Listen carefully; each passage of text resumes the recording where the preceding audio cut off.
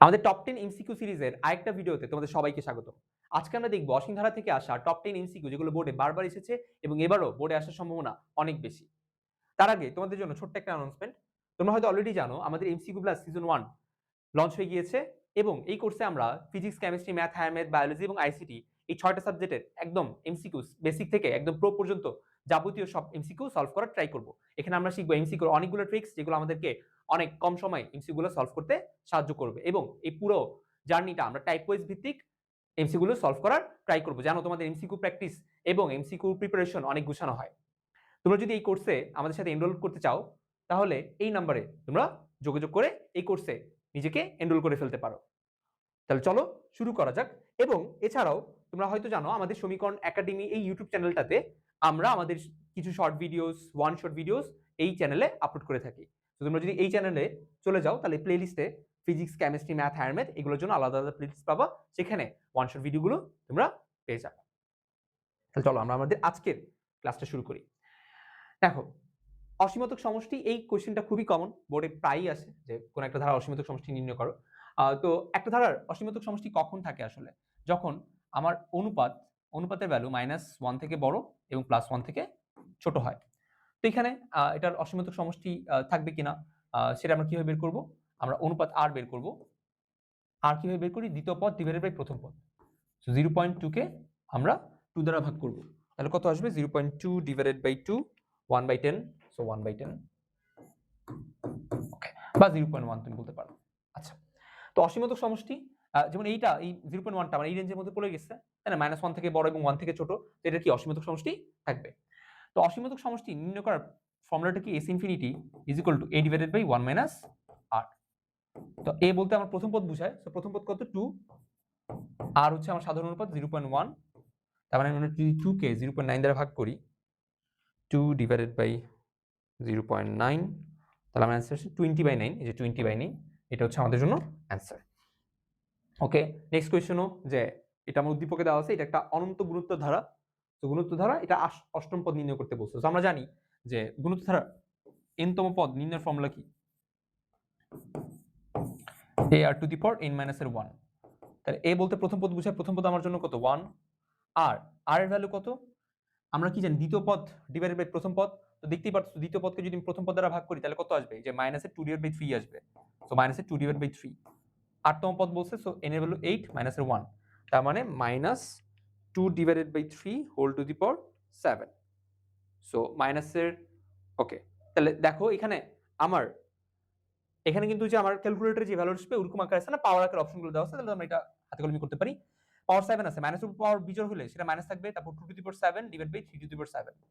তাহলে 2 to the power 7 divide by 3 to the power 7 minus এটা, এই যে এই হচ্ছে আমার জন্য অ্যানসার।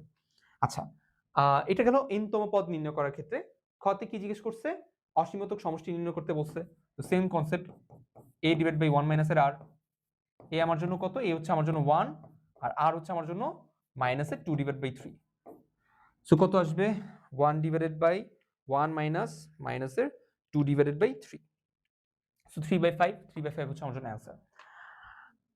আমাকে কিন্তু এখানে আমরা 8তম পদ বা n-তম পদের ভ্যালু বের করে দেখছি। আমাকে কিন্তু সমষ্টিও বের করতে বলতে পারে। তো সমষ্টি আমরা কিভাবে বের করব? সমষ্টির ফর্মুলাটা কি? যে Sn is equal to a into r to the power n minus 1 divided by r minus 1। সমষ্টি একটা ফর্মুলা আছে, a divided by 1 minus r whole to the power n divided by 1 minus r। কোনটা কখন use করব? যদি আমার সাধারণ অনুপাত r এর ভ্যালু 1 থেকে বড় হয় তখন আমরা এই ফর্মুলাটা অ্যাপ্লাই করে সমষ্টি নির্ণয় করব, এবং r এর ভ্যালু যদি 1 থেকে ছোট হয় তখন আমরা এই ফর্মুলাটা দিয়ে সমষ্টি নির্ণয় করব। যদিও আমাদের এই প্রশ্নের জন্য এই কোশ্চেনগুলো না, বাট আমরা এই কোশ্চেনের সারাউন্ডিং কি কোশ্চেন হতে পারে সেগুলো আমরা দেখে ফেলতেছি যেন তোমাদের জন্য মাচ ইজিয়ার হয়। ওকে, নেক্সট কোয়েশ্চেন, কোন অসীম গুণোত্তর ধারার সাধারণ অনুপাত হাফ অসীমতক সমষ্টি 2/3 হলে প্রথম পদ নির্ণয় করতে বলছে। সো সেম ঘটনা, s infinity is equal to a divide by 1 minus r। এখন হচ্ছে জিনিসগুলো রিভার্সলি দেওয়া আছে। s ইনফিনিটির ভ্যালু দেওয়া আছে হচ্ছে 2/3, প্রথম পদ নির্ণয় করতে বলছে, অর্থাৎ a ভ্যালু বের করতে বলছে, সাধারণ অনুপাত হচ্ছে হাফ, সেখান থেকে আমার ভ্যালু বের হয়ে যাবে a ইজ ইকুয়াল টু 2/3, এখানেও হাফ গুণ হয়ে যাবে, সো 1/3। সো a এর ভ্যালু হচ্ছে 1/3, সো 1/3 এর ভ্যালু হচ্ছে 1/3। Easy question. ওকে, নেক্সট কোশ্চেনে আসি। ওকে, un is equal to 1 divided by n plus 1 এবং n এর মান যথেষ্ট বড় হলে un এর প্রান্তীয় মান নির্ণয় করতে বলছে। দেখো n এর মান যথেষ্ট বড় হওয়া মানে কি? n এর মান যথেষ্ট বড় হওয়া মানে ইনফিনিটির দিকে যাওয়া। কার দিকে যাওয়া? ইনফিনিটির দিকে যাওয়া। তো চিন্তা করো n এর ভ্যালু তুমি যদি ইনফিনিটি বসাও, ইনফিনিটির সাথে তুমি যদি 1 যোগ করো তাহলে ইনফিনিটি থাকে না, কারণ ইনফিনিটি অনেক বড় একটা ভ্যালু। ওটার সাথে আসলে 1 যোগ করা না যোগ করা কোনো সিগনিফিকেন্স নাই আসলে। তো ইনফিনিটির সাথে 1 যোগ করলে ইনফিনিটি থাকে। তাহলে নিচে পুরোটা ইনফিনিটি। তো 1 কে তুমি যদি ইনফিনিটি দ্বারা ভাগ করো তাহলে ভ্যালু কার কাছাকাছি আসবে? দেখো 1 কে যদি ইনফিনিটি মানে অনেক বড় একটা ভ্যালু। তো আমি 1 কে যদি অনেক বড় একটা ভ্যালু দিয়ে ভাগ করি তাহলে সেটা একদম 0 এর কাছাকাছি চলে আসবে। তাহলে un এর মান কার দিকে চলে যাবে? 0 এর দিকে চলে যাবে। তাহলে আলটিমেটলি তাহলে un এর প্রান্তীয় মান কত? 0।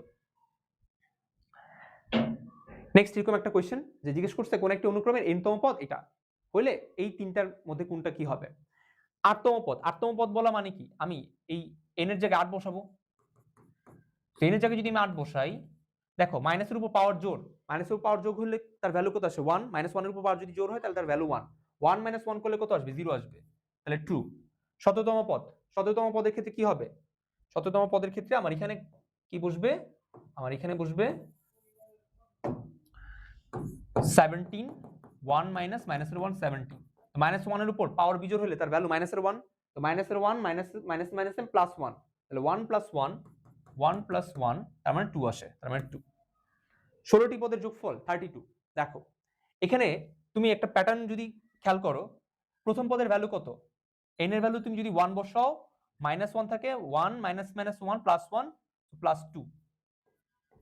বুঝো প্রথম পদ কত? n এর ভ্যালু 1, তো -1 এর উপর পাওয়ার 1 বসালে কত আসে? মাইনাসের 1ই আসে, মাইনাসের 1 মাইনাসে প্লাস 1, তাহলে 1 প্লাস 1 2। দ্বিতীয় পদ কত আসে? n এর ভ্যালু 2 বসাবো, মাইনাসের 1 এর উপর পাওয়ার 2 বসালে সেটা কত আসে? প্লাস 1, তাহলে 1 আর এখানে প্লাস 1 মাইনাসের 1 মাইনাসের 1, অর্থাৎ n এর ভ্যালু যদি আমি 2 বসাই তাহলে এই যে 1 মাইনাস মাইনাসের 1 হোল টু দি পাওয়ার 2, তো -1 কি স্কয়ার করলে কত আসে? প্লাস 1, আর এখানে 1 ছিল 1 - 1 কত আসে? 0 আসে। দ্বিতীয় পদ আসে 0। সেম ভাবে তৃতীয় পদ কি হবে? n এর ভ্যালু 3 বসাবা, বিজোড় হইলে সেম মাইনাস মাইনাসে মাইনাসে প্লাস, তো 2 আসবে। চতুর্থ পদ বসালে 0 আসবে। এরকম করে সিরিজটা যাবে, তাই না? এরকম করে অনুক্রমটা যাবে। আচ্ছা, তো বলছে 16টি পদের যোগফল। এখন দেখো আমার দুইটা পদের যোগ করলে কত আসে? 2 আসে। চারটা পদ যোগ করলে 4 আসে, কত? চারটা পদে কয়টা 2 আছে? দুইটা 2 আছে। ছয়টা পদে কয়টা 2 আছে? ছয়টা পদে 2 আছে 3টা। তাহলে আমি দেখতেছি দুইটা পদে 2 আছে একটা, চারটা পদে 2 আছে 2টা, ছয়টা পদে 2 আছে 3টা। তাহলে 8টা পদে 2 আসবে কয়টা? 4টা। 10টা পদে 2 আসবে 5টা। তার মানে যত জোড় সংখ্যক পদ নিব তার অর্ধেক সংখ্যক 2 থাকবে। তাহলে 16টি পদে কয়টা 2 থাকবে? 16টি পদে 2 থাকবে, 8টি 2 থাকবে। 8টি 2 থাকবে। তাহলে 8টা 2 যদি আমি যোগ করি, তাহলে 8টা 2 যোগ করলে 16 আসবে না? 8টা 2 যোগ করলে 16 আসবে। বাট এখানে বলছে 16টা পদের যোগফল কত? 32। তাহলে সেটা কি হবে? না, হবে না। তাহলে 1 এবং 2 হচ্ছে আমার জন্য অ্যানসার। আশা করি বুঝতে পারছো। দেখো অনুক্রমটি সাধারণ পদ নির্ণয় করতে বলছে। এটা খুব কমন কোশ্চেন যে সাধারণ পদ নির্ণয় করতে বলা। হ্যাঁ? তাহলে দেখো এখানে আমাকে যে অপশন চেক করব। এখানে n এর ভ্যালু 1 2 3 এগুলো বসায় দেখব যে এই অনুক্রমটা আসে কিনা। যদি আসে তাহলে সেটা সাধারণ পদ। এখন তুমি কি করবা? দেখো ম্যাক্সিমাম টাইম আমরা n এর ভ্যালু 1 বসায় শুরু করি। বাট আসলে অপশনগুলো এরকম ভাবে দেওয়া থাকে যে n এর ভ্যালু তুমি 1 যেখানেই বসাও না কেন তোমার প্রথম পদ ম্যাচ করবে। সো বেটার হচ্ছে n এর ভ্যালু 2 থেকে শুরু করা, যে দ্বিতীয় পদ আসতেছে কিনা। n এর ভ্যালু যদি আমি 2 বসাই, 2 ডিভাইড বাই 2 প্লাস 3 তাহলে কত আসে? 2 ডিভাইডেড বাই 5 আসে। তো 2 ডিভাইডেড 5 মিলে নাই, বাদ। এখানে যদি আমি n এর ভ্যালু 2 বসাই, 2 ডিভাইডেড বাই এখানে কত আসে? 2 দুগুণে 4, 4 এবং 2 যোগ করলে 6, তাহলে 2 ডিভাইড বাই 6 মিলে নাই। 3 নম্বরটা n এর ভ্যালু যদি 2 বসাই, 2 এখানে 4 3 4 12 এবং 1 যোগ করলে 13, 2 ডিভাইড বাই 13 মিলে নাই।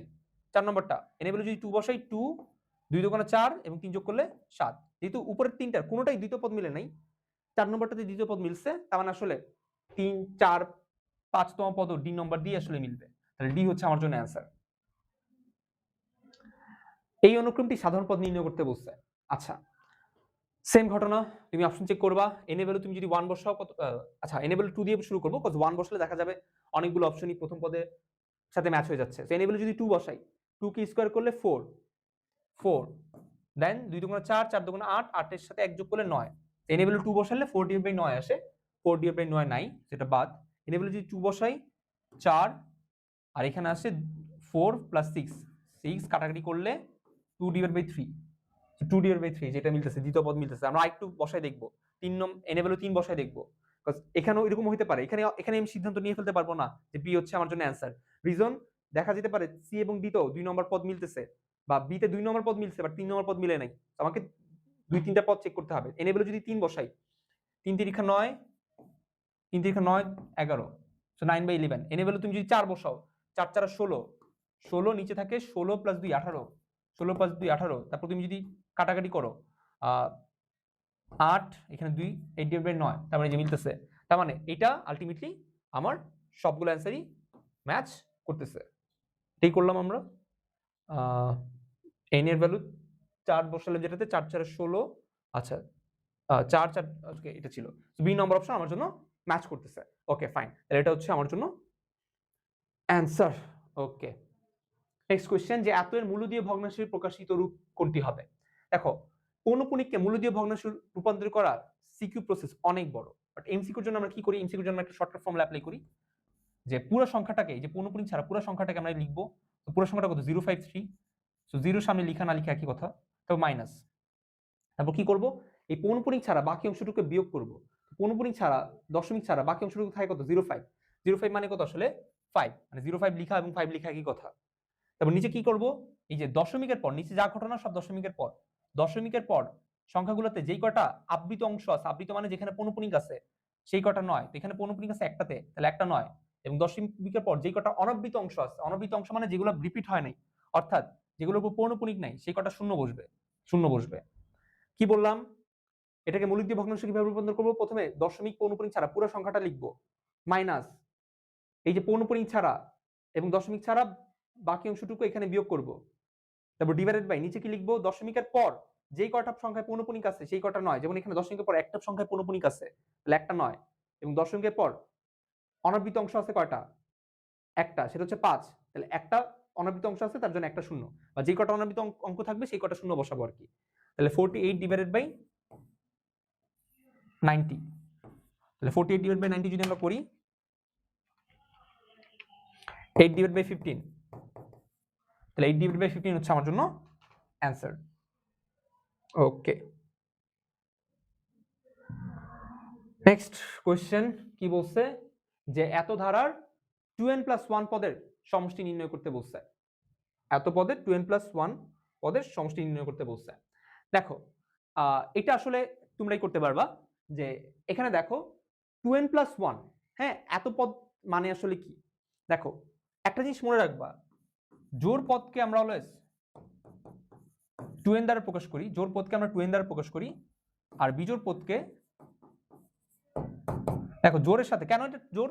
দেখো এন এ ভ্যালু তুমি যাই বসো না কেন, প্রথম এন এ ভ্যালু 1 বসো, 2 বসো, 3 বসো, 4 বসাও, 2 এর সাথে গুণ হলে সেটা অলওয়েজ জোর হয়ে যাবে। ধরো এন এ ভ্যালু তুমি 5 বসালা, 5 দুগুণে কত? 10। এন এ ভ্যালু তুমি 7 বসালা, 7 দুগুণে 14, তো এটা অলওয়েজ জোর আসবে। আর বিজোড় কি হবে? যদি আমি জোরের থেকে 1 বিয়োগ করি, বা এই জোরের সাথে যদি 1 যোগ করি, তাহলে আমরা বিজোড় সংখ্যা পেয়ে যাই না? যেমন 6 একটা জোড় সংখ্যা, 6 থেকে তুমি 1 বিয়োগ করলে 5 পাবা, সেটা একটা বিজোড় সংখ্যা। আবার 6 একটা জোড় সংখ্যা, 6 এর সাথে 1 যোগ করলেও কিন্তু 7, তুমি বিজোড় সংখ্যা পাচ্ছ। তার মানে জোড়ের সাথে আমি 1 যোগ অথবা বিয়োগ করলে বিজোড় সংখ্যা পাবো। তাহলে এখানে বলছে যে 2n+1 সংখ্যক পদের সমষ্টি, তার মানে আসলে বিজোড় সংখ্যক পদের সমষ্টি নির্ণয় করতে বলছে, বা বিজোড় সংখ্যক পদের সমষ্টি কত হবে।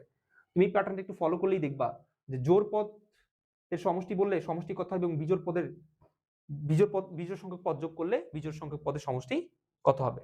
তাহলে এই অ্যান্সারটা তোমরা আমাকে একটু কমেন্টে জানাও যে আসলে এইটার অ্যান্সার কত হবে। আশা করি তোমরা আমাদের আজকের এই কোয়েশ্চেনগুলো বুঝতে পারছো। যদি বুঝে থাকো, স্পেশালি এখান থেকে সাধারণ পদ নির্ণয় করা, অনুক্রম, এইখান থেকে এমসিকিউ অবশ্যই আসে। তো যদি এই এমসিকিউ গুলো ভালো মতো করো এবং আরো কিছু জিনিস প্র্যাকটিস করো, তাহলে ইনশাআল্লাহ তোমার এই চ্যাপ্টার থেকে তুমি এমসিকিউ এখান থেকে কমন পেয়ে যাবা। সবাইকে অসংখ্য ধন্যবাদ আমাদের আজকের এই টপ 10-এ থাকার জন্য। আসসালামু আলাইকুম।